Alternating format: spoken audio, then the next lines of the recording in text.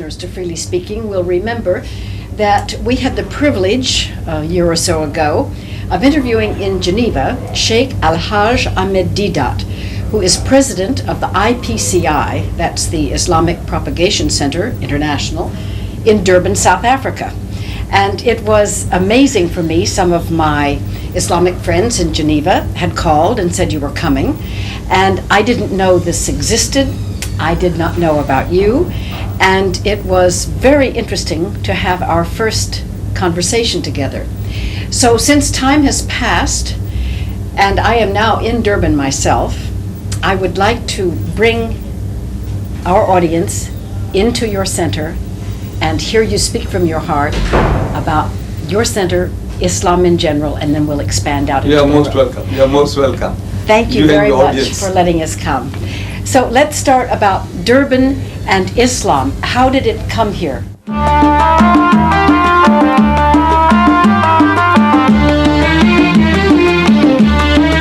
Muslims that touched the shores of southern South Africa were Muslims who were brought here by the Dutch.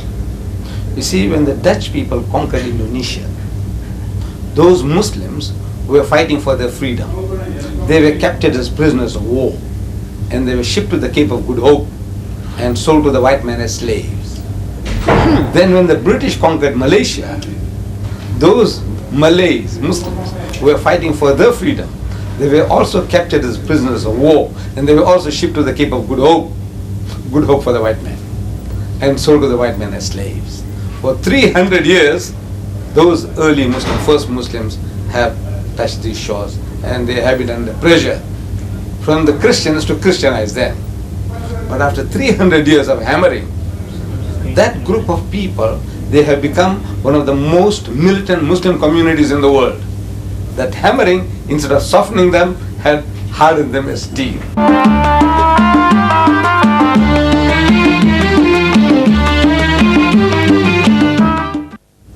Now you see, when you say they have become one of the most militant groups of Muslims, again, my Christian background forces me to ask, militant towards whom and to what? Because if there's one thing that Christianity and Islam have in common, it's that everybody is fighting everybody everywhere. Yes. So who is militant to whom in Islam around here? Yes. No, the militancy is in its defense, because they were under pressure, under attack. You see, the white man managed to change his surnames. They are almost all these people that are called Malays in this country today. Malays? They're called Malays. Aha. Malays, like Malaysia. Mhm. Malays. Though they were originating in Indonesia and in Malaysia, they are all called Malays. Mm-hmm. Right. Now, that community of people, you see, because they were under pressure, the defense mechanism was also, it was not as soft, they were militant in their defense against the Christian missionaries. Yes. And that type of psychology remained with them. That was the one group of Muslims. And another group of Muslims came from the Indo-Pakistan subcontinent. Now, they came to this country because they were starving.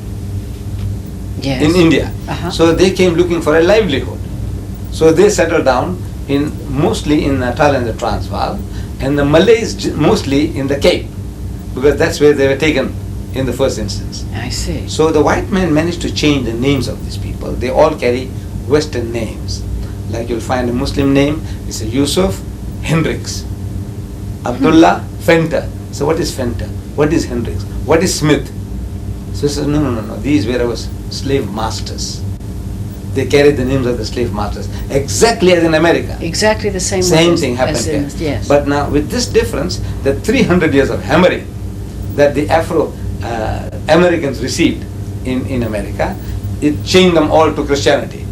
This 300 years of hammering in Southern Africa made them better Muslims than the Muslims at home.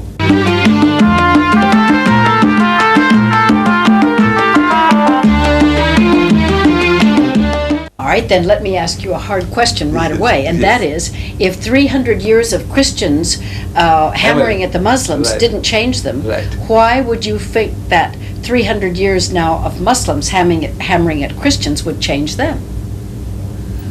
In No, other words, no, no. because Correct. the Islamic Propagation Center is Right, that right. not to spread Islam Correct. to the It is, world, it is. To the world. including Muslims, Christians. Jews, Christians, and to all. You expect Christians to resist for 300 years? No. You see, No? if the right approach is there, you see, there is an approach. The approach of the Christian missionaries and the Christians then was Yeah. a harsh approach. Like what they did to the American Negroes in America, same type of treatment was given to the Muslims here. But now one gave in because they had somehow they didn't have that type of background, religious background, to resist conversion.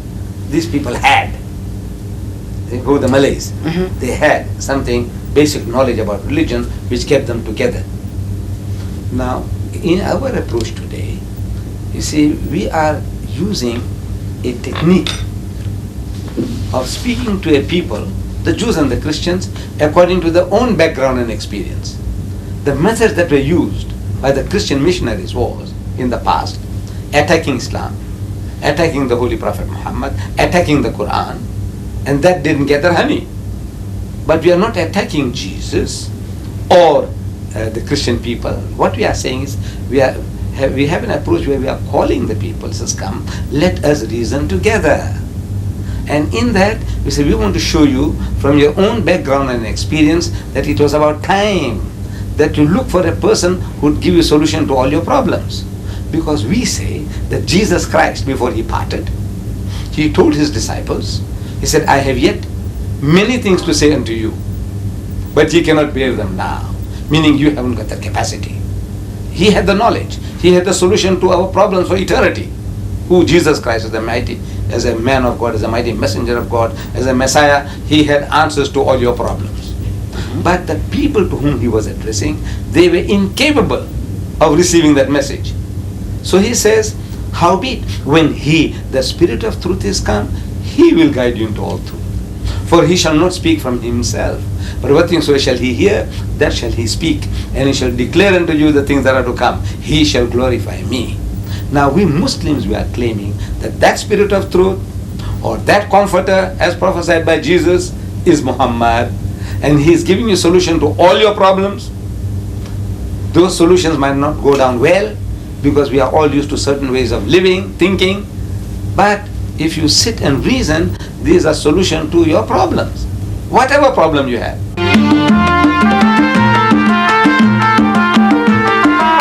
Example, in South Africa, the biggest problem we have is race. And throughout the world, the biggest problem of mankind is racism. And Islam not only speaks about the fatherhood of God and the brotherhood of man, it gives you solution to your problem, how to solve it.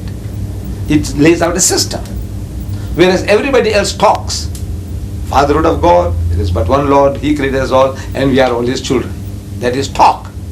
But how to create that brotherhood? In Islam, we have a system. Now the system is, you see, 5 times a day, the Muslim is made to come together. Yes. In what is called salat, prayer. So when they gather together in the mosque, they use the same taps for ablution, they use the same towels for wiping the faces, and they stand shoulder to shoulder, no gaps left between the rich and the poor, the black and the white, or whatever. They all must stand shoulder to shoulder. Because the Holy Prophet Muhammad has said that when you stand up for prayer, you must not leave gaps for the devil to get in between you and your brother. Now the devil he was talking about was not the guy we see in the art gallery in Durban. If you go to the museum complex, you see there in the art gallery beautiful paintings by great artists. Among them there is one huge painting of a beautiful woman with wings. And she's got a wand in her hand. A That horn. magic wand, W-A-N-D. A wand. A wand. Wand in her hand. As if, and she's directing the devil. In the picture, you can see she's directing the devil to go to hell, and you can see hell in the distance. And you see this devil with horns, with sharp ears, and a tail with a barbed hook, with a ruddy complexion, fiery himself, and he's flying off also towards hell. Right. Now that devil, if anybody saw, we will run for dear life. We flee for our life. So Muhammad wasn't talking about that. He was talking about you yourself, we ourselves. You know, our racial pride, our arrogance, our riches. I am white, he is black. and I'm rich, he's poor. That devil must not be allowed to come in between you and your brother. So 5 times a day, the Muslims gather together, stand shoulder to shoulder. Then in a bigger circle, on Fridays, more people gather from different districts. And on occasion of 2 of our festivals, what we call Eid, one after the fasting season, and another one after 2 months and 10 days after that, another big feast. There when we gather together in an open field, again people, wider group comes along together. Then once a year in Mecca, the whole Muslim community from all over the world, the blonde-haired and blue-eyed Turk, and the darkest cold Ethiopian Muslim, and the Chinese Muslim, and from Muslims from all over the world, they gather in the same pilgrim's garb, which creates a type of brotherhood and unity. There is a system, not only talking, but the system is laid out, which no other religious group of people have. They all talk, but there's no system of bringing people together.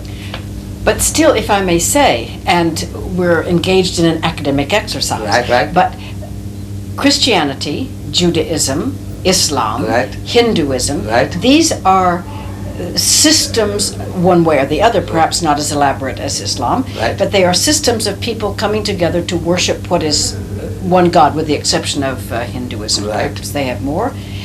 And yet, when you quoted the Bible, you said, and yet he who comes after me...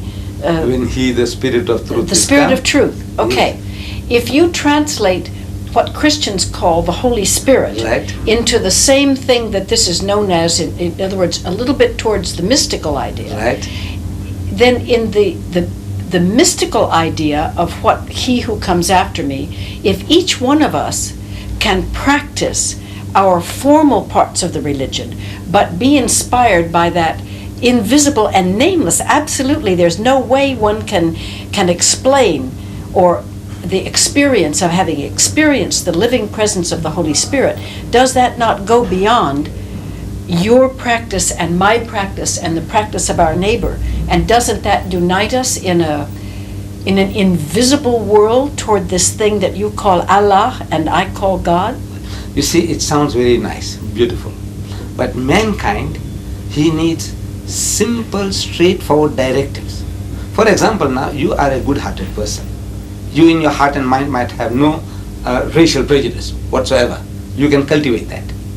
But the billions of the world, no matter how much you talk about love thy neighbor as thyself, you see, the person is simultaneously being programmed that neighbor must be one like yourself, belonging to your church.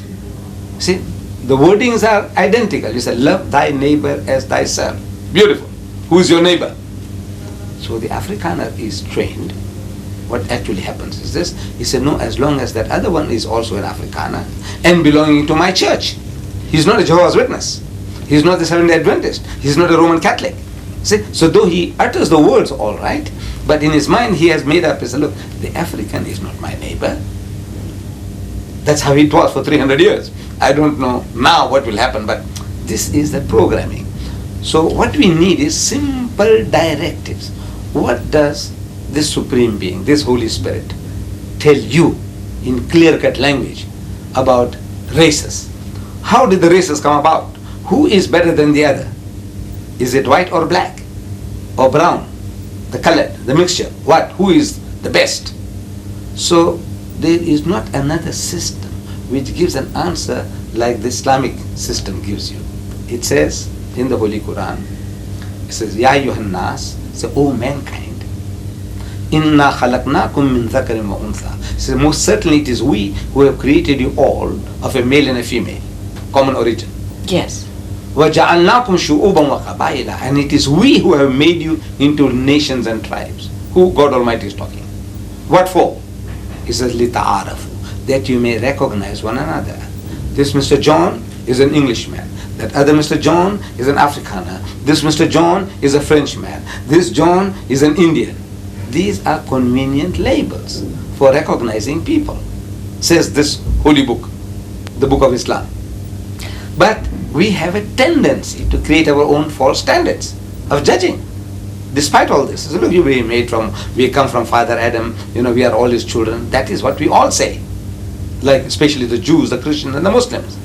But in their hearts and minds, the man says, I'm a Jew, we are the chosen people. The rest of the world is goyim, Gentiles, unclean. The Christian also, he said, look, yes, we believe in the Father of God and the Brother of man, but for 300 years, you ask the Afrikaner, he doesn't consider the African as his equal, even belonging to his church. The Indian belonging to his church is still not equal. And the Roman Catholic Church, which is claiming to be the most universal, Catholic, most universal. I have been living here in Durban, on the same street as the cathedral, just around the corner here. And on that street, as a young man, I used to watch the Corpus Christi procession every year. Yes. Corpus Christi, the body of Christ. And used to come out from the cathedral, walk through Cathedral Road. I lived in number 40, Cathedral Road. And year in and year out, I watched. They had some, like a canopy-like thing, and the priests under the canopy, and they were marching. Yes. I can't remember the more details than that. Then I used to see the whites, men, women, and children, and behind them, the coloreds, men, women, and children. Behind them, the Indians, men, women, and children, and behind them, the Africans, men, women, and children. Invariable arrangement, no change. Year in and year out. The white man first, then comes the colored, that's a mixture between black and white. Then comes the Indian, then comes the African. And everybody knows his place. How did it happen? You are being programmed. Okay, this is how it ought to be. You see, the Indian is before the African, and the colored is before the Indian, and the white man is before all. Mr. DEEDAT, I agree with what you say.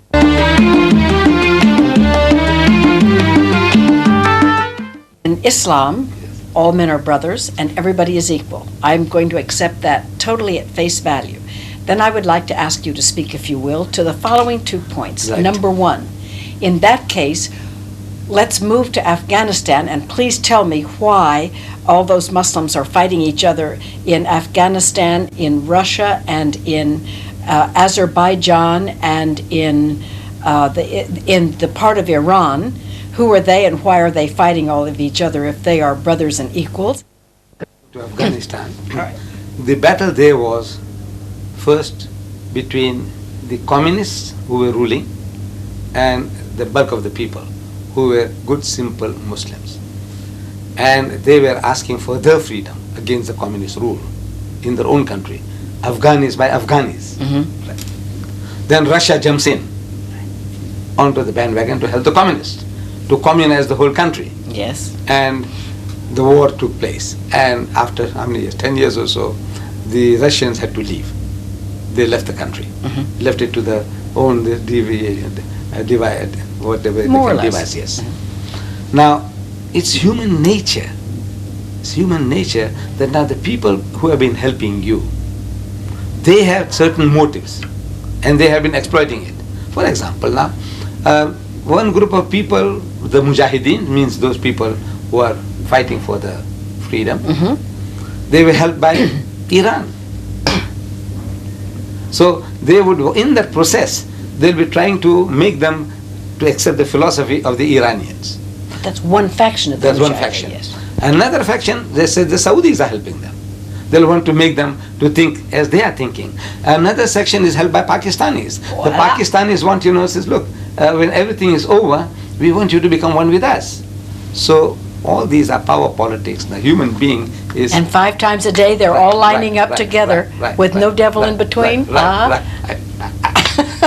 So now, the devil there we were talking about was, number one, getting rid of first was your racial and all the other prejudices. But now they pray together. But now what happens is this, that in the end, the loot, how are you going to share this? The rule. How are you going to rule this country? So the one is brainwashed to say that the ideal way of running this country is on a communist basis, with the followers ruling there now. The other guy says, no. It must be Islamic the way the Iranians see it. The other guy says, no, it should be Islamic, but as the Pakistani sees it. So this is that human this thing, and the devil in between, that somebody is running around trying to see that they remain in this situation. Then what are the plain, simple rules of the Quran to correct that Right. overnight? Now, not overnight. What the rule is, go back to the book. Go to the book. And the trouble with most people, nobody really goes to the book.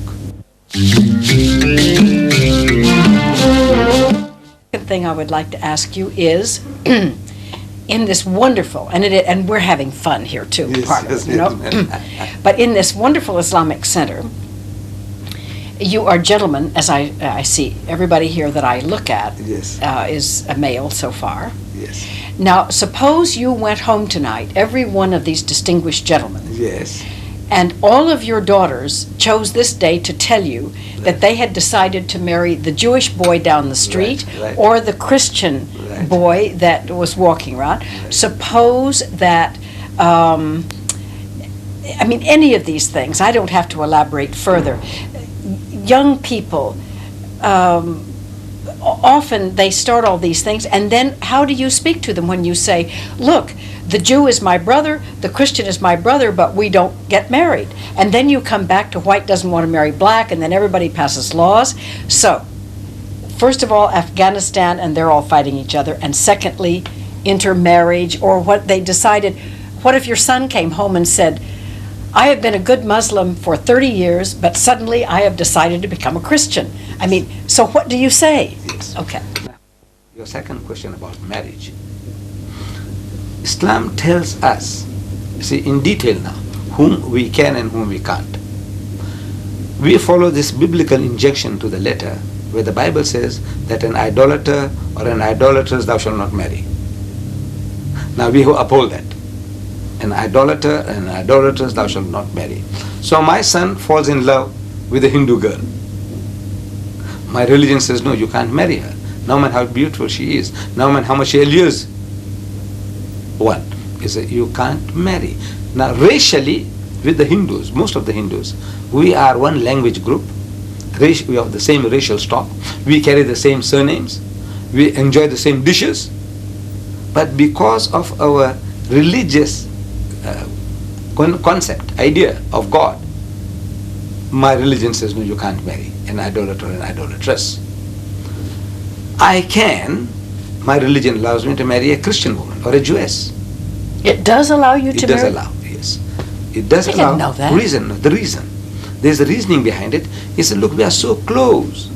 If I marry a Jewess, for example, I would be the last man to say anything abusive about any of the Jewish heroes. Moses, David, Solomon, Jesus. We have the highest respect for them.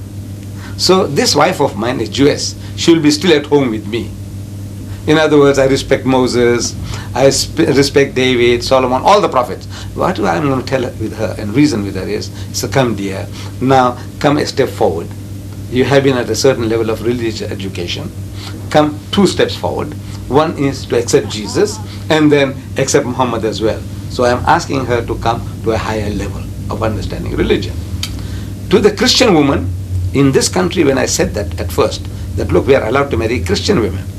So the white men in the audiences, when I delivered talks, they were thinking, say, yeah, I know why. So I said, why? He said, just because we are whites. You think now marrying a white woman is a superior thing to do? I said, no. Even if the Christian woman is an African woman, she is a Hottentot, she is a Bushman, she is Christian, I can marry her.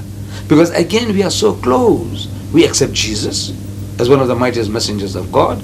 We accept him as the Messiah. We accept his miraculous birth. We accept his many miracles. The only point of real difference between me and my spouse, that Christian lady, would be that I would say, look, he is not God. He is not the begotten Son of God. But everything else, we have a common denominator. We have one with the Jew. We have a common denominator with the Christian. So we said, we can get them, and more easily they can be absorbed in the house of Islam. Because whatever you believe, we believe, plus a step further. But now my daughter can't marry a Hindu man, nor can she marry a Jew, nor can she marry a Christian. Now the Hindu is understood being an idol worshipper. But now you say, what about the Jew and the Christian? I can marry a Jewess and I can marry a Christian woman. Why can't my daughter marry a Jew or a Christian? Yeah. Now the reason is that you see the Christian husband of my daughter, he's got no respect for Muhammad. He's going to use an offensive language. He's going to say Muhammad is an imposter. Why? Because that's Not his training. necessarily. No, that's his training. Because as soon as you say that you accept Muhammad as a prophet, you are a Muslim. You see, when you say, I say, look, Muhammad, you will say, look, Muhammad was a great man. Everybody says so. He was a mighty man. You know, he created a nation and an empire and a religion. He is supposed to have left behind a book, like the Quran. So he said, look, I take off my hat to the man. He's the great. And so many people say he was one of the greatest men that ever lived. Michael H. Hart, in his top 100, he puts Muhammad number 1. Yes. Jules Masserman, you know, in his book on the Turks, the history of the Turks. Top 100 men. Right, in the top 100. Then Jules Masserman, in the history, who are history's great leaders. And Lamartine, in his history of the Turks. He says if greatness of purpose, smallness of means, and outstanding results are the 3 criteria of human greatness, who could dare to compare any great man in modern history with Muhammad? He's daring people, bring your candidates. So in other words now, from that point of view, the Christian, the Westerner, will be prepared to concede that Muhammad was a great man. But he was an impostor. In other words, he was a false prophet. So that's the biggest barrier now. Because if you accept that he was also a prophet means that God chose him. If God chose Muhammad, now Muhammad tells you that the flesh of the swine thou shalt not eat. Now you can say, look, I like pork chops. You know, all my life I've been enjoying it. He said, look, this man is a prophet of God and is authorized by God to tell you now, don't eat the pig, don't drink alcohol, no promiscuousness, don't dance or court or date women. So at every step now, if you believe in this man, that he is a prophet of God, you have to listen to him. It's not just a word saying, I believe he's a prophet. It means nothing. When you say he is a prophet of God, what does it imply? It means that he is chosen by God. Now if he is chosen by God to guide you, to tell you now according to your capacity now, that you are not to touch alcohol, you are not to take interest, you are not, whatever he tells you, it becomes binding on you, which you are not prepared to accept. Who? The Jew or the Christian. Mr. DEEDAT, I have to, last time I was really afraid to bring these things up because you seem to me a very holy man and I respect you for that. But sir, there are just too many things. I mean, everybody is so human, and you must know that there are people of great Islamic tradition, particularly we see them in Geneva, it just happens to be a place where many come, who do not observe one single one hardly of the things you said, and they're pretty famous Islamic people, and then they go back home and they put on the raiment, or they respect the things only at a certain period in time. Now, I'm not saying that you have a monopoly on the hypocrites, because Christianity is absolutely full of them, and I suppose every other religion is too. But you know what God says and does and what prophets say and do is so far from the least of these thy brethren that sometimes it really seems hopeless, including for the Muslims, if you excuse me for saying so. No, I would say that, look, no community in his right mind can claim to be perfect. We all have our black sheep, whether you are a Jew or a Christian, yes, Hindu or Muslim, we all have our shortcomings. But this American, he wrote a book, The Messenger. In that book he says that there are more professing Christians in the world than professing Muslims. Professing. But, he says, he continues, but there are more practicing Muslims in the world than practicing Christians. And if you had come here this morning, say before 12, around 1 o'clock I could have taken you to the mosque. And of course today, and it would have been out, because today was Friday, and on Fridays there's no place even for us in the mosque. This mosque next door to us here, it holds 4,000 people on Fridays. But any ordinary day, any weekday, if you come there, you find that there are more than 1,000 people in the middle of the day. More than 1,000 people in the middle of the day, in the middle of the week, which you will not find in the Catholic cathedral on Sunday. So what is it? How does it work? So as far as the practice of religion is concerned, we have our hypocrites, we have our black sheep. But on a percentage basis, there's not another community, religious community on earth, another community which is as responsive to the religious injection as the Muslim, with all our shortcomings. Whatever you described in Geneva We can also describe anywhere else, in London or New York or anywhere. Yes. I accept. But says, we are not perfect examples of our religion. But as a people as a whole, now when you judge a system according to the whole. That in South Africa we are boasting, and nobody has contradicted me, that in South Africa we have the lowest alcoholic consumption in the country. We have the lowest gambling rate in the country. We have the lowest divorce rate in the country. We have the lowest prison rate in the country. And we have the lowest suicide rate in the country and the highest charity rate in the country. And nobody has been able to contradict me. So in other words, what does it? Everything else is the same. What does it in this environment? No, it's the teaching. Because the Muslim is being programmed 5 times a day, so to say. When he goes for prayer, he's being programmed. So he's the least racist. I can't say he's free from racism. We are pure angels. But he is the least racist. He is alcohol. He is the lowest. In everything else he is the lowest. And in charity rate is the highest. What does it? It's the programming. Because there is a system. Islam gives you a system that bringing people together, that doesn't eliminate, all our sicknesses.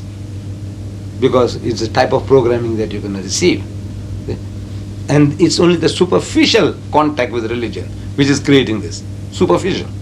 But now in the Christian community, the Seventh-day Adventists and the Mormon community are used in, they have the same attention to no alcohol and to very healthy eating and to the proper diet and all the rest of the things, and they practice more, and they're used in medical experiments. People go to test hearts and what have you because they know that they are far more faithful practicers of religious interdictions than members of other communities, and that is it's obviously a tremendous plus.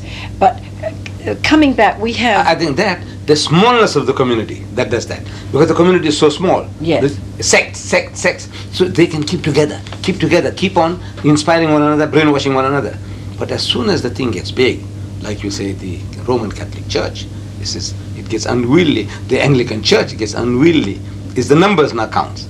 The bigger the number, the less cohesive the community will be. True, but you are how many hundred years later? You haven't 600 years after. 600 years after. So perhaps it could be projected or suggested that in Islam you've got 600 more years to go before even Islam will start to be. It could be the same as these other religions, which get a little bit watered down. Which brings me back, if I may, to 2 points. We have 12 minutes to go. Yes, ma'am. I'd like for you to finish about you said the daughters could not marry outside, Correct. but the sons could. Not to all, except to Jews and Christians. Yeah, okay. The good women among them. And so then I would like to know about the children. If you married a Muslim lady, if you marry a Christian, how does Muhammad teach about the children of those marriages? And then after that, I would like to know about what the religion says about converting, about becoming missionaries for Islam as the Christians have become missionaries. If you could speak to those 2 points. Yes. You see, with regards to the marriage, you want to know what happens, what does Muhammad teach about the children of these? Now, in the house of Islam, the children are automatically the fathers. They follow the father's religion. So in other words, now, it's understood at the back of the mind that if I even marry a Jewess, I'm going to try and convert her. And every Muslim in the family, everybody is interested. Say, why, what's wrong? Why aren't you become a Muslim? As I married a Christian, everybody, if I'm a young man, my father, my brother, my mother, everybody is, and the neighbors, everybody is, keep on, eating the life out of the person. Why, what's wrong?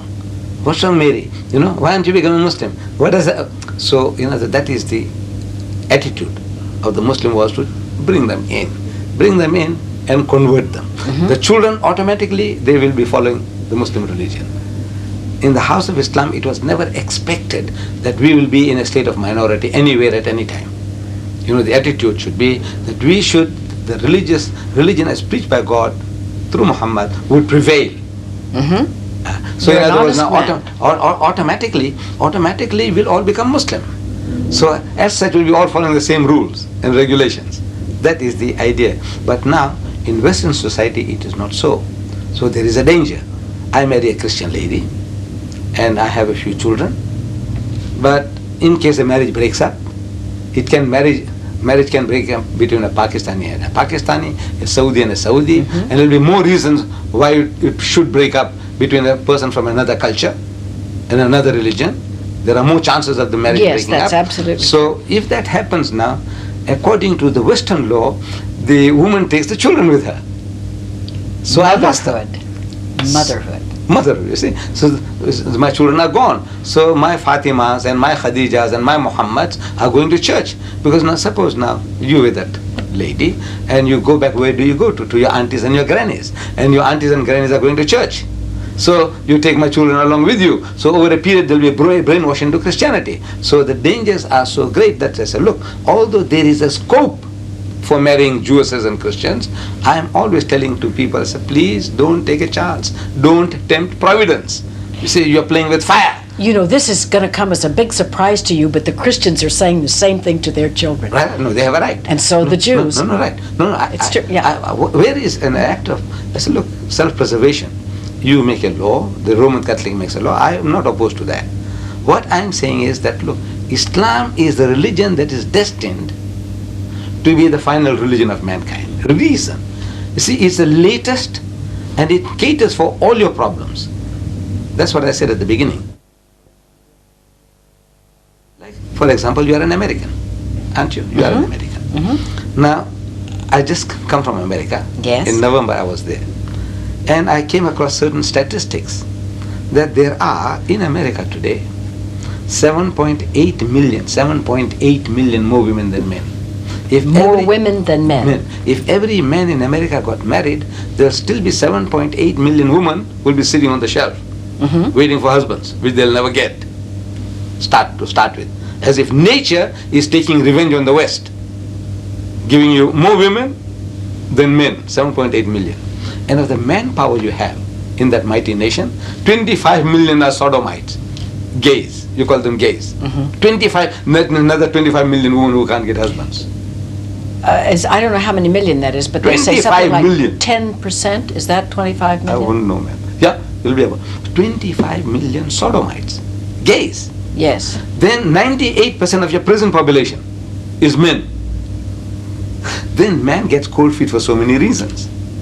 You see, he wants to marry, and when you show him a bride, and he gets cold feet for some reason, he doesn't tell us why. But he gets cold feet, he backs up. But a woman, even if she's frigid, she wouldn't mind somebody giving her protection in marriage. For marriage of convenience maybe. Look, it says feed me, clothe me, house me. It's all right. I give in to the man, for his pleasures, but she's prepared to marry, even a frigid woman. Generally, she doesn't mind getting a husband. But the man, he gets problems after problems. He's not sure of himself. So now, with that amount of surplus women in America, what happens? What is the answer? What did the Holy Ghost, because the Christians say Jesus was promising the Holy Ghost, the Holy Spirit, to come along and guide mankind into all truth. 2,000 years have gone. So I'm asking, what did the Holy Ghost tell any church in 2,000 years? How to solve this problem of surplus women? You have more than 30 million women in America who can't get husbands. What are you going to do with them? Well, the feminist women would say, who needs one? And the traditional women would say that, if I can't speak for them, I can't speak for either group, but I would say that frankly and truly, I honestly believe that the Holy Spirit draws, if you are filled with the idea that the love of God shines out of you, that there will be some man, someplace, sometime, under the grace of God, who will be drawn. Men are not stupid. If they find a lovely lady who is kind, and who is loving, and who is sweet, and who likes to create a good home, and who wants to be a good mother, and who is perfectly willing to love and to cherish and to revere that gentleman, there will somehow, this thing in itself will draw a male creature. Right. But now what about the 30 million?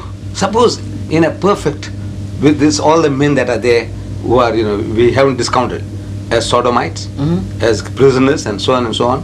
So there'll still be 30 million women. If all those men get married, they find a brides, the ideal brides. Still there'll be 30 million women who can't get husbands. Well, very well. Through no choice of my own, I assure you. Right. It was necessary that I become divorced. And this is against everything that I believe in as a Christian woman. However, in the years since that I have lived with full joy in splendid isolation from the world of men in that way, although my work keeps me there all the time, there is a certain joy in celibacy. There is an intensification of the spirit, which is, I suppose in Roman Catholicism you'd talk about priests and nuns. I'm not sure about Islam, whether you have people who practice celibacy or not. But it is a very, very noble, holy, and lovely, wonderful thing. And you simply live what you feel that God wants you to do and what God wants you to be, and you can give back into the world a great deal of what you've received. I don't believe that this is a punishment, or that this is a sin, or that it's that much of a terrible loss. See, the proof of the pie is in the eating. We find in Roman Catholicism monkery and nunnery. In Islam it's forbidden. No monks and no nuns. Islam forbids you to do that because it's unnatural. Now, the proof that this is unnatural, you read the statistics today. How many percent of the priesthood are gays? When you don't allow them the natural release, then they're going to find unnatural ways. Sodomites. How many sodomites are there in the Catholic Church, in the Anglican Church? So that is a proof that, look, the system is not natural. You're going to do things which are unnatural. Then, while in America, I was looking for Dr. Kinsey's book on the American female. You see, I had read it many years ago. Yes. Dr. Kinsey, The Life of the American Female. And I wanted to possess that book because I had read it and it belonged to a doctor friend. I gave it to him, and since then I didn't see that book. I wanted Dr. Kinsey's.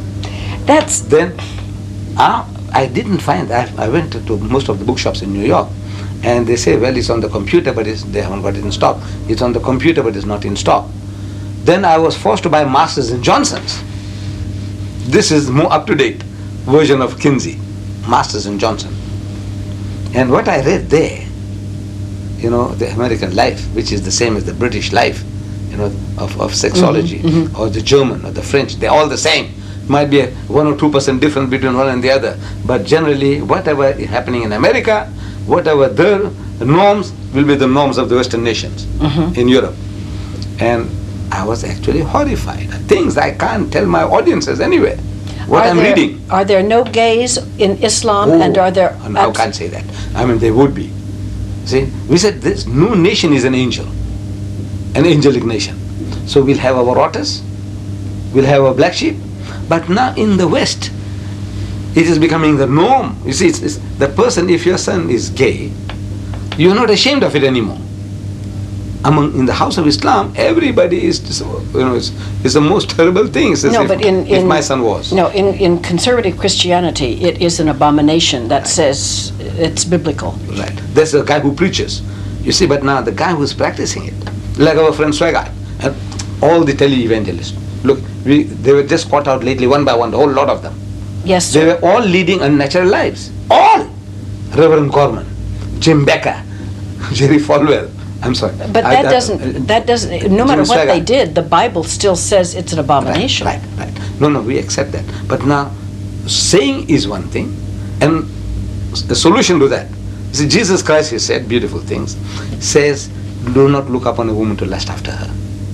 Beautiful. Don't look to lust. What about beauty contest? What about long leg contests? We have in South Africa beach bum contests. Yeah, I know. So now, I said, look, the Christian, he hears the sermon on Sunday, even the priest, he's sermonizing you about thou shalt not look upon a woman to lust. And yet, in the evening, he's prepared to dance with the wives of his congregation.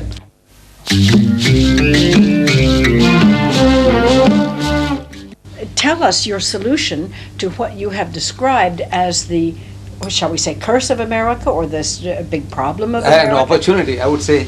You see, God Almighty, in His wisdom, He gave a solution to our problems. And we read this in the Bible, that almost every prophet of God had more than one wife. Abraham had 3. Solomon had 1,000 wives and concubines. 1,000. David, his son, he had more than a dozen. In the time of Jesus, polygamy was practiced by the Jews. You see, they come to Jesus, the Jews had come to him with a poser, with a riddle. They were asking him, he says, Master, there was a woman among us who had 7 husbands, according to a Jewish practice, that if one brother died and he left no offsprings behind, then the second brother will take her to wife and try to, I think they call it levirate marriage. Yes. So, according to that system, 7 brothers, they went through this one woman, one after another. And in the end, the woman died and the 7 brothers died. So, they came to ask Jesus that while they were alive, there was no problem because it was one by one. But they want to know from him that at the resurrection, which guy is going to have her, because they all had her here. That means 7 brothers had this one woman. Now we can't imagine that among the Jews, the 7 brothers were waiting in a queue for a brother to die before taking over the woman. Surely they had their own wives. See, they had their own wives and they were trying to do their duty simultaneously to this woman. And they failed. And another brother failed and another failed. Polygamy was practiced. In the whole Bible, there is not a single verse anywhere against polygamy. Jesus Christ never uttered a word about polygamy. Little wonder that he said, in my last interview I told you, that he said, I have yet many things to say unto you, but ye cannot bear them now. Howbeit, when he, the Spirit of truth, is come, he will guide you into all truth. All truth means all your problems, solution to all your problems. And is this a defensive role because the Prophet Muhammad had many wives, No. or is this? No, this is a natural answer to a natural problem. We didn't create it. In America today, as I said when I visited the country, I discovered that there were 7.8 million more women than men. If every man in America got married, there'll still be 7.8 million women who can't get husbands. And in the city of New York alone, there are 1 million more women than men. In the city of New York alone, 1 million more women than men. If every man in New York gets married, still be a million women who can't get husbands. Is polygamy a practice here in this Islamic community? No, hardly. It's hardly being practiced. It's what? It's hardly, rarely. Hardly. It's a rare thing. But this is a solution to a problem. We are not offering this as a tonic to the world. You have a problem. Britain has a problem. Germany has 5 million more women than men. Germany. In Britain, soon after the war, I'm reading that there were 1.6 million more women on the east coast of England alone than men. You have a problem. With the 7.8 million women in America, without husbands, then of the males in New York, one third are gays, sodomites. All right. Then in the whole country, 25 million sodomites, gays. In other words, another 25 million women who can't get husbands. Plus the 7.8, you have another 25 million. Then your prison population, 98% are men. That means, again, they are discounted. Then, I was telling you jokingly, but I think there's many serious things I said in jest, that men get cold feet for so many reasons. I know. I've been trying to get guys married, and I know what happens. Everything is fine. He's jovial, he wants to, and then at the last minute, the guy gets cold feet. He doesn't tell us why. Maybe at the back of the mind, he can't make the grade. He doesn't make a fool of himself. So he finds some excuse of getting out of it. So man, so many reasons. But the woman, even if she is frigid, she'll want to have somebody to give her protection. I arrived here just before President de Klerk's speech. I immediately read all of the newspapers and listened to the radio, the TV, and what have you. And of course, one heard everything about the point of view of the ANC, which is a political organization, UDF, PAC, and one heard the point of view of the government, and this was in every front page everywhere. There was practically no mention whatsoever of the opinions of either the colored community, the Indian community or the Islamic community, Correct. and there may be Correct. others. Correct. I could not find really almost even a reference to it. So, my first question on this subject, where is the Islamic community in politics in South Africa today? You see, as numerically, the Muslim counts for nothing. The Muslims? We count for nothing. For nothing. Oh, is that so? How many? Because we are less than 2% of the total South African population. Oh, I less see. than. And then this 2%, less than 2%, is divided in South Africa according to the apartheid laws. We are divided into two major groups. One group is called Indian Muslim, and the other is called colored Muslim. You see, they have divided the Muslims again into two sections. Mhm. That less than 2% is further divided by the laws of the country into two other groups. One is called colored. They call them Malays. They are coloreds. They go as coloreds in this country according to the South African laws. And the other, because most of us originate in India, Pakistan, we go as Indians. So now as Indians, we are shunted together with the other Indians, see, who happen to be 80% of the population, Indian population. So the Indian is a minority, and in that minority, the Indian Muslim is 1/5. It's a minority of a minority in South Yeah. Africa. So numerically, we don't count anything among. So why mention you? That's one of the main reasons. Then the Malay, he's counted as a colored. So among the colored community, he is also a minority. Colored is a minority. It's a bigger minority than the Indian. They are almost about 3 million coloreds, mixed between black and white. Among them, the Malay is also counted as a colored, but he's called Malay. But Malay means he's a colored, it's a Malay Muslim with a colored identity. When you just say colored alone, it means a Christian colored. I see. And the Malay is a Malay colored. You know, for racially he's a colored, he carries a colored identity card, but religiously he's a Muslim, so they call him Malay, and the other Muslims here we call us Indians. So as such now, the Malay will have to start voting according to that colored group, whatever their votings are, you know, so they have this party and Conservative Party and Nationalist Party, so they start voting for them. And among the Indians, they have the Solidarity Party and all the NP, whatever they call them, they vote for that. So in other words, there is no other way that we can make our presence felt.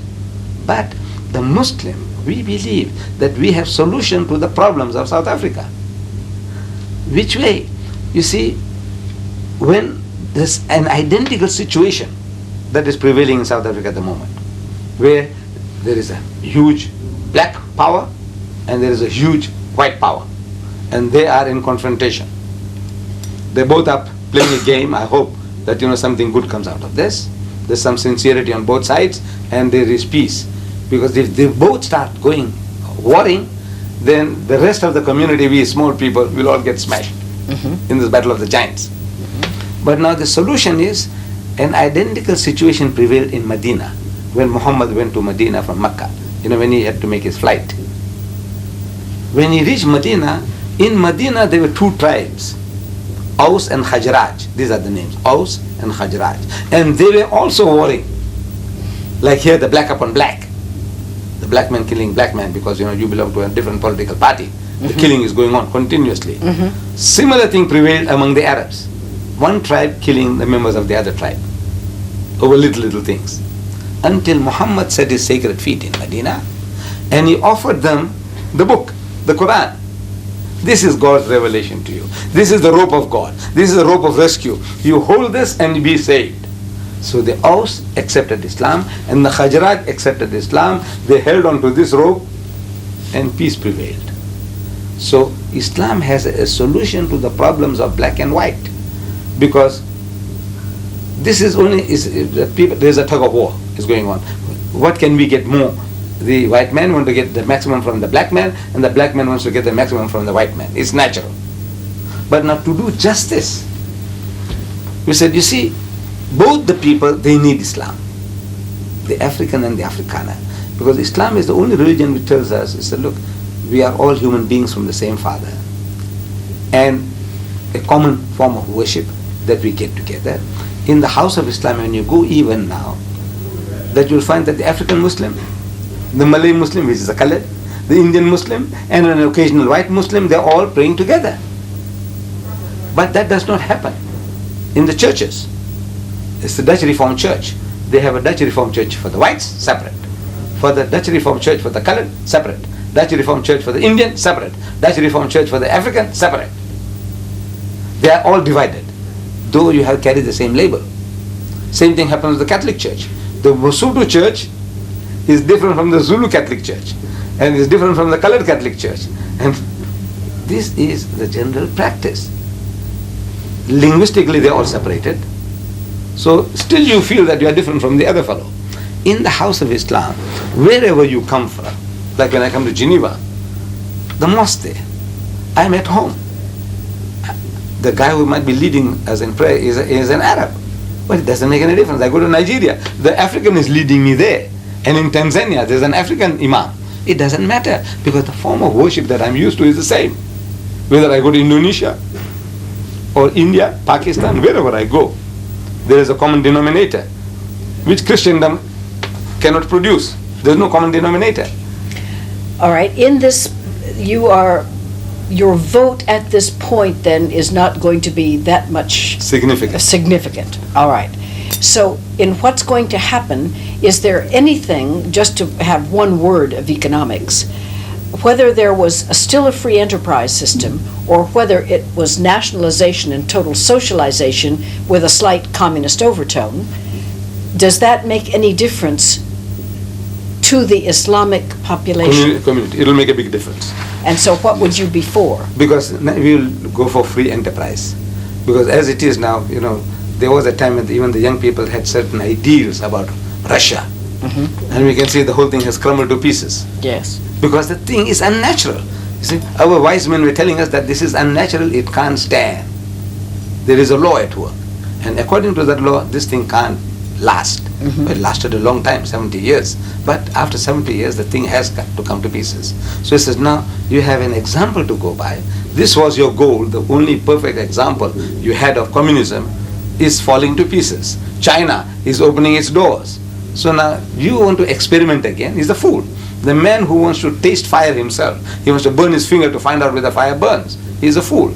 I said, learn from other people's experience. He said, look at it. Wherever they have practiced this communist system, in Mozambique, what has happened? In Tanzania, go and visit the place. I visited the place. Yes, I did. I've been there twice. In Tanzania. And I was telling that anybody who wants to opt for that system, give them a free ticket, a holiday. Is a go to Tanzania and go and spend 3 months and come back. And then you tell me what type of system you want. Whether it is Mandela or anybody who talks about that system, I says, give them a free ticket to Tanzania and let them come back. With that economics, and that's all, we'll touch on that. So Yes. This community would opt for the free enterprise system. Groups of the UDF, ANC, do any of them have any particular attitude toward Islam that would compare? For instance, I brought one of your folders here. Yes. There are some things that you say about the Zionists or the Jews, Right. which are very, very, very strong. Yes. And before we speak about that, I would like to ask if there are any of these other groups or the Christian groups who say anything that strong against Islam in this country. No, you see, there is like an unwritten policy of this Christian country to see that everything as difficult as it is possible for them to make for us. Mm-hmm. But there is a freedom of religion in this country, which I have to take off my hat to, which is second to none in the world. Freedom of religion. Is that in so? this country? Freedom of religion to preach. You see, freedom of religion. As a young man, I was reading the communist constitution, and so Article so and so tells us, and I read it, and that there is freedom of religious practices and anti-religious propaganda. I'm quoting. Mm-hmm. Freedom of religious practices and anti-religious propaganda. So I thought, well, look, we both have a fair chance. Mm-hmm. But I didn't understand that it says freedom of religious practices. That freedom is given to you, but not to preach. and anti-religious propaganda. While the 4,000 Muslims are going to the mosque for prayer, the guy outside can make a noise and say, hey, these fools, look what they're doing. This is how they pray. They can make a mockery of it. But I can't come out and say, hey, look, man, come inside and I will tell you, how to get peace. But the system that we are following, it's a one-sided deal. It's one-sided. But in South Africa, when they say there's freedom of religion, they do really give it to us. In other words, I go to the City Hall of Cape Town, which I did go to, and I organize a lecture there, Christianity, communism or Islam, which has the answers to the problems of South Africa. And this City Hall of Cape Town is a stone's throw from Parliament House in Cape Town. And I delivered a lecture to a packed audience there. Christianity, communism or Islam. And since the speaker is a Muslim, it's understood automatically that it is not Christianity, it is not communism, Islam is the answer. Yes. Right. And no interference from the government on any level, no interference. Then we had a conflict with the government twice. Twice we had a conflict with the government on our publications. One was in 1982, I published a pamphlet, The Crimes of Begin. Yes, I Sabra know. and Shatila massacre. Menachem Begin. Right. Menachem Begin, his crimes, The Crimes of Begin. And that pamphlet, the Jews had it brought up before the publications board. And they had it banned. We made representation, but our representation, I blame my soldier, my lawyer. I lost the case. Then the government, the Christians now this time, they took up another of my publication called Crucifixion or Crucifixion. It sounds the same, like a riddle, it's not. Crucifixion, the first is F-I-X-I-O-N, fiction, to fix a man on the cross and kill. And the other fiction is F-I-C-T-I-O-N, fiction means a fairy tale. Is it a fiction to fix and kill, or is it a fiction, a fairy tale? That's the title of my book. And some missionaries, they brought it to the attention of the director of publication. The director of publication read it, and he directed his board in Pretoria. He is in Cape Town, he directs his board in Pretoria, say, ban the book. The board goes to the book, and they say, look, this is not very pleasant. We don't like this book.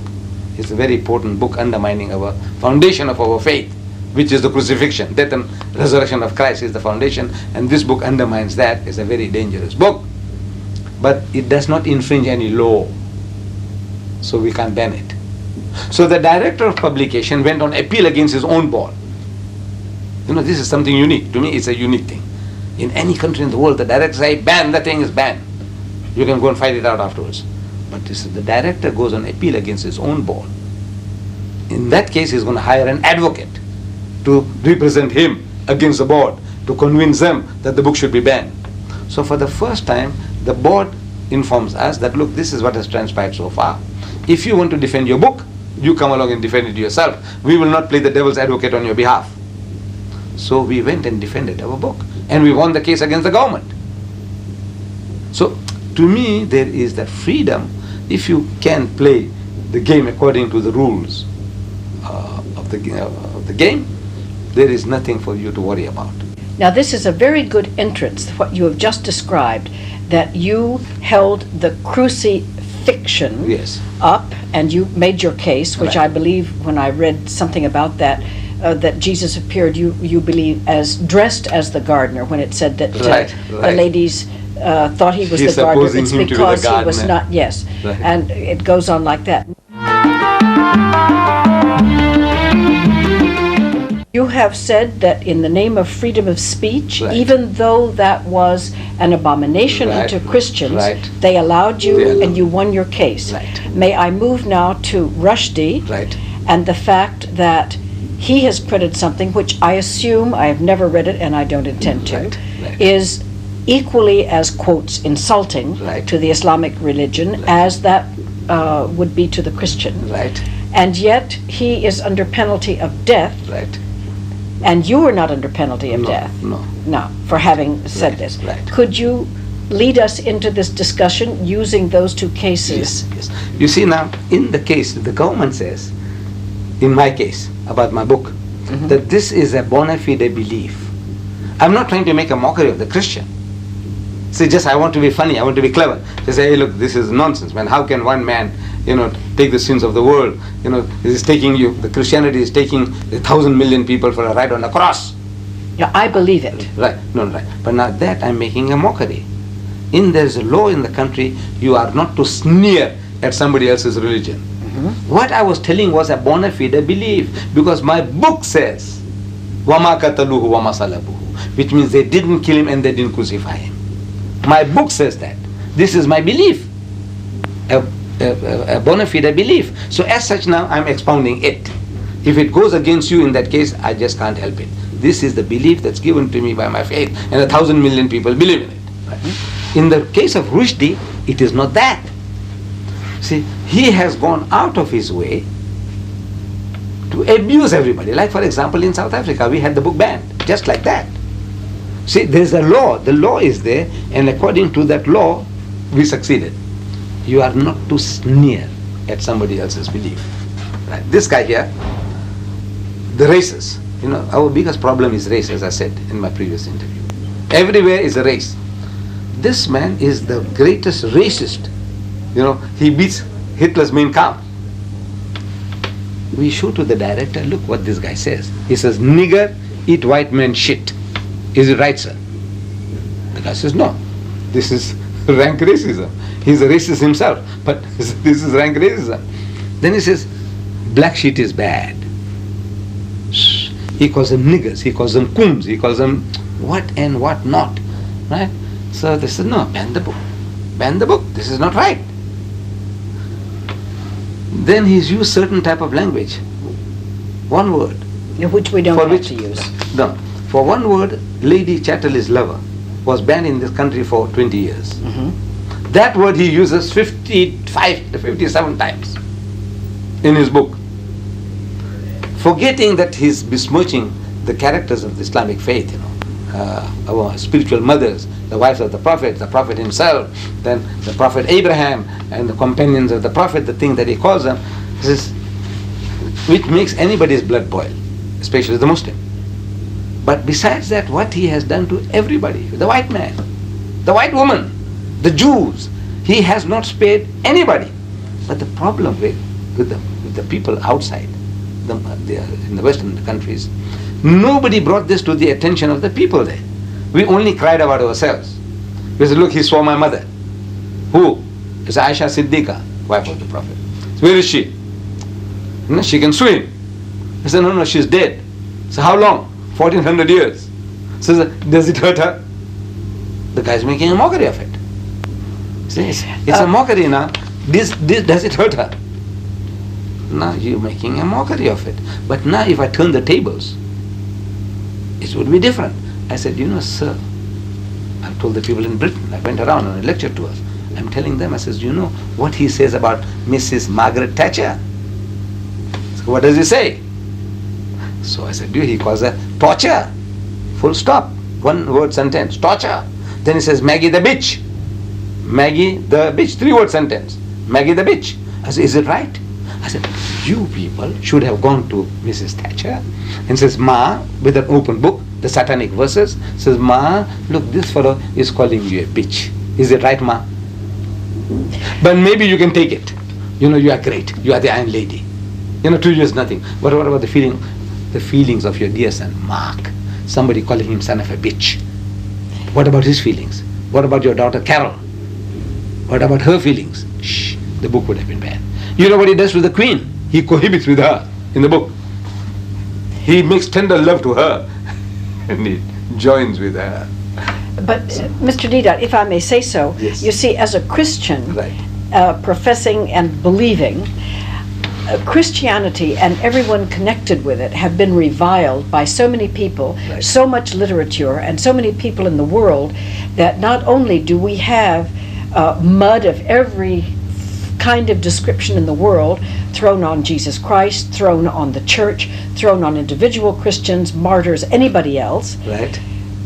It sheds off your back like water because you expect it of anyone for any reason that they choose. And the second thing is, as Christians, we are then called upon, no matter how vile the treatment to the Christian religion or to the Christian himself, to arrive at the point where we can express total forgiveness for that person, because if there is a God who says, "Judge not lest ye be judged," even though we all do it every day 25 times, Right. we are called upon to rise above this and even to pray for that man, that God in his own wisdom and infinite way through the grace of the Holy Spirit will touch that man, whether he's Islam or whether it's Judaism or what, that person who is reviling, first of all, his reviling against us isn't going to hurt him, but when that guy gets in front of God Almighty,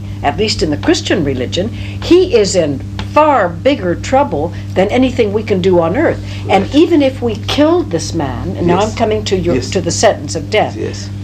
even if we killed this man, in a sense, in a pure Christian sense, we are interfering with the law of God, because God himself, in his infinite wisdom, will judge him. Even if Rushdie had done that, and if the book never got published, if he had written it in a closed room and no one had ever read it, God himself would still be the judge of Mr. Rushdie. So having said that, you appreciate what I mean when I say, as a Christian, it's very hard to get so worked up about it, no matter how awful it is, when we've been experiencing that for 2,000 No, years. you see, what you and have- so have the Jews. Islam has said terrible things about the Jews. They've said it in your literature, that they are absolutely, some of the things are What they're doing now at the moment, the way they're behaving, so worse than the Nazis. Which well, we but give you some of the proof. things you say about them are things the Nazis said about the Jews. If it is true, you see, if it is true that they are doing the things worse than what the Nazis did, then if it's hurting the guy, me speaking the truth, is it true that if the guy who doesn't pay taxes in Palestine, in Gaza and the West Bank, that person is thrown out of the house, they confiscate his property, and they bulldoze the house? Is there any country in the world that does that? If you don't pay the tax, they catch you and take you to jail. Yes, out Right, here they right, bulldoze right. they bulldoze shacks in townships, and people have No, been for not kicked paying out of their taxes. home. Listen, you can there are laws in the United States, if you what do Don't you pay call your it? tax? No, condemnation, or they condemn property and something. No, You can that get people is a out. different thing. Then you compensate them. You say, look, this building we need, we want to demolish this, so we want to make a highway. Yeah, I'm not defending that. For public, this thing, say, look, here is a compensation for that. But this is the person who doesn't pay the tax. You kick his wife and children out. You take his fridges away. You just can't imagine. You break people's bones. I got films. All right, films. I agree with that. All of that is So now, terrible. when I tell you, I said, you are doing something worse than what the Nazis did to you. You should be the last people to behave like that, because you went through hell. I sympathize with you. And now you are doing the same thing and worse than the Nazis. So now, if it hurts you, I say, it's just too bad. But now, am I speaking the facts or lies? I give you proof from your own writers. Okay, but what about Islamic people, and I would bring No, in no, Christians no, if if I they- could, no, who have done terrorist acts and innocent people and Culpable, what. culpable. If you catch the terrorist, according to the rules of your country, you have every right to do what you like. If you say, look, there's no death penalty in Israel, There's no death penalty. death penalty. Right. Okay. No, it's not my fault. That's your law. But to me now, if that guy killed innocent children, if I catch him, I'll hang him. You see, but you say, no, there's no death penalty. So what do you do? Put him in life prison? I say, well, that's your business. That is your law. But that is not the law as given by God. The law of God says life for life. But now we're coming back to Rushdie. You see? But that's Jewish law too, and eye That's for an Jewish eye, law, tooth for a tooth. right. So now, if you don't want to follow your law, that's your business. I can't force you to follow your law. But now we also have a law that for certain blasphemies against God and His messengers, the punishment is death by crucifixion, or by hanging, or by chopping off the hands and feet from opposite ends. Very cruel. But now, treason. To us, this is treason against the Ummah. Ummah means the community, the religious community. You have a law, treason against the state, for which, you had the Nuremberg trial. You had Lord Haw, that Britisher who was broadcasting from Berlin. Yes. You had him killed. That Irishman, who tried to, bring some freedom for you had him hanged or shot. So in other words, now every country in the world you have a law. and you behave according to your law. Now, in the case of this devil here, he's broken all the laws, but now I'm not crying about that. What I'm telling is that the way to approach the white man, the Westerner, is to show him where it hurts him. Because I'm told, like you said just now, that the people are insensitive. Look, you can swear Christ and you can do this and do that and get away with it. Not get away with it, but no, but... Right. But now there is a law of blasphemy in England. Mrs. Mary Whitehouse, she took the Gay magazine to court for using certain blasphemies against Jesus, and she won the case. But now there's nothing to protect the Muslim feelings. It's only Anglican England has got only something to protect the Anglican Christian, not us. There are more Muslims in Britain than Methodists, but our feelings are not considered at all, as if we are human beings. So now I said, that is no sense in me crying about that. But you people, the Westerner, is also sensitive, where it hurts him. So I show you, I said, look, he's not altogether insensitive. About religious matters, the bulk of the people are irreligious. So it's only a name. You're Christian, you only fill census forms. Mostly you say you are a Christian. But in your hearts of heart, you are not a Christian. You are a Christian in the sense that you are not a Muslim, you are not a Jew. In that sense, you are a Christian, but in your hearts and mind, it has nothing to do with your practical life. Generally, this is what I see. So now I must show you where it hurts you. So I'm showing you. I said, look, you people are highly sensitive people. You see? Because my people say, we're also saying, these British are insensitive. I said, no, they are not insensitive. You try and say certain things about them, and they'll break your jaw for you. Don't try. But you have to tell him what? He said, look, sir, open the book. The very first page of Satanic Verses. He calls Londoners. I was in the city of London, in the Royal Albert Hall. I said, I take it that most of you are Londoners. Whether you're a Pakistani Londoner, or a Sikh Londoner, or an English Londoner, you are all Londoners. They say, yes, we are all Londoners. I said, he called you Londoners bastards. First page. You feel anything? Of course you feel. You see that? No. That's you are talking from a different. You are personally involved, and now he tells you, you bastards, you feel something. The people say they feel it. In America, when I'm telling the Afro-American, he says, nigger, eat white man shit. I say, you feel anything? They say, yes. He calls you coons, he calls you your own ooga booga and what. Do you feel anything? He said, yes. While I landed there in America, the same day I buy the USA Today. And what I find, that in Houston, Mr. Westmoreland, he's somebody like a general.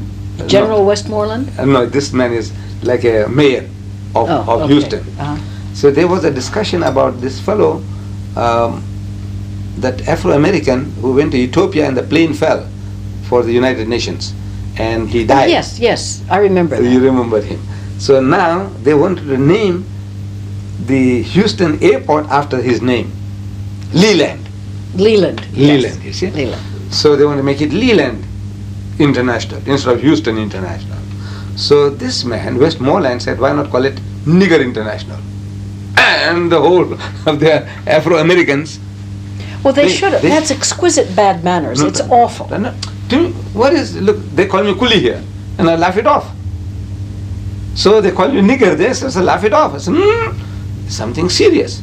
They call you Uncle Tom. I says, no, it's something serious. I didn't know. So call you Uncle Tom, so what? You become Uncle Tom? No. It depends on the person, the one at the receiving end. How does he feel?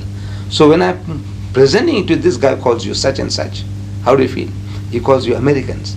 I dare not say what he calls the Americans. You see? What he calls the British. But everybody hates the Americans. Everybody. No, even then. You know that the whole world hates. But if I use that word, you see, if it was your son, though he's doing religion, he might punch me on the jaw.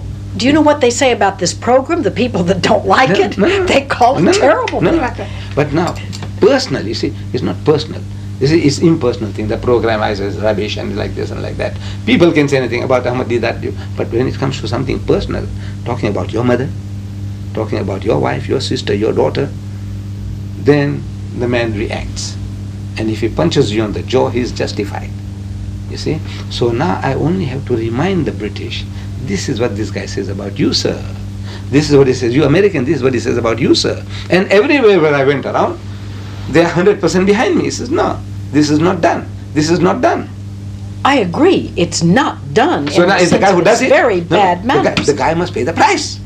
So I said, look, maybe you see now you have cultivated yourself into a type of mentality. You have heard so much things thrown at you. So like here now, you call me a coolie. It's an insult. Are you saying coolie? Coolie, yes. Coolie means a laborer. Literally. Yeah, like the Chinese coolie. And here, Okay. the Indians were brought here for indentured laborers cutting sugarcane. So they call them coolies. They call them coolies. Right. I see. So I didn't know out that. of that, every Indian becomes a coolie. You see, I in see. the eyes of the white Okay. man. All right. Every Indian. So there was a time when I used to react. But now I reached a stage now where I said, you are also coolie. See, now I'm a bit clever now. I said, you are also coolie. I said, don't you labor? See, I said, well, that's what it means. You are a laborer. But I know when he says coolie, he's trying to hurt me. And then it hurts. You see, the word itself is nothing. Like the Englishman calls the Afrikaner in South Africa, boere. Boere means a farmer. They are farming people as a whole. Mm-hmm. There's nothing wrong with that. But when the Englishman says boer, at the back of his mind, he's backward, a rustic. That's what he's saying. You know, a simpleton. That's what he's saying when he says boer. Well, So the meaning, the word, there's nothing wrong with the word, but when you are uttering it, it conveys certain meanings.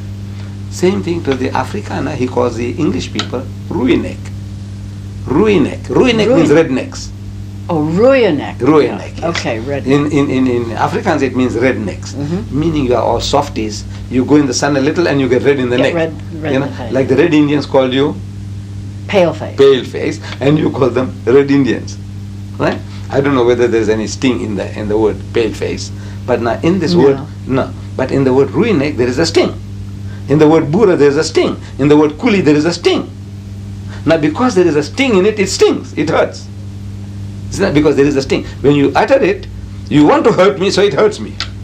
Sticks and stones may break my bones, but words words can- will no, never hurt. that's me. a philosophy. No, look, it's true. It's a philosophy, but even so, I'm people call wasps, Right. white Anglo-Saxon Protestant. Right. I'm a wasp, Right. and everything about the wasps is Yes. bad. They Right. sting. They Right, do right, all this right, business. right. Everything is bad. Now, if I spent the rest of my life Right. huddled in a corner, Uh-huh. crying or afraid to walk out Yeah. because God borned me, Right. a white Anglo-Saxon Right. Protestant, Right. I would never go out. I wouldn't do anything. Right. I can still love the people Right.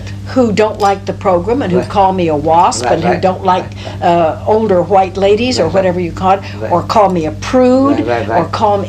There are 1,000 bad words you could apply to me, Right, I'm right, quite sure. Right. But I simply must feel and think of myself as much as I can live it as a child of God who is trying the best I can with all of my faults to live as I believe that God made me to live and love my fellow man. And if they sling filth and mud and I've had injustices inside my family, Right, outside right, my family, right, right. in my work, in my business, but I must forget and forgive as fast as possible. Do you not feel that God, as the Mohammedans, Muslims see him Yes. and experience him, Yes. would he not have forgiveness in his heart and soul? Oh, I'm not no, calling no, it no. good. Forgiveness for God, he can forgive whom he likes. Uh-huh. Right. But now, without the law, you see, we say we have no right to forgive. For example, a man commits murder. I like that fellow. I'm a judge. I like that murderer. For some reason, previous reason, my contact with the man. But now the evidence that is brought before me is that cold-blooded murder the man committed. Mhm. Must I pass judgment on him or not? You see, I am a servant of the law. The law. The law. I must carry out the law. I love the man, but I can't help it. He can be my son. I can't help it. You have to apply the I law. have to apply the law. Now, God Almighty, in His wisdom, He can forgive. That's His business. He can reward him a millionfold on the other side. He said, look, I think you were a bit harshly treated, my son. You deserve heavens and houris and gardens flowing with milk and honey. That's his business. But now, the man commits treason, if the law of the land says you should be shot. It's not for me to say, look, this guy built so many hospitals and he's been running orphanages. Did he commit that act of treason or not? You see, what is the law? The law says shoot him. So now I carry out the law.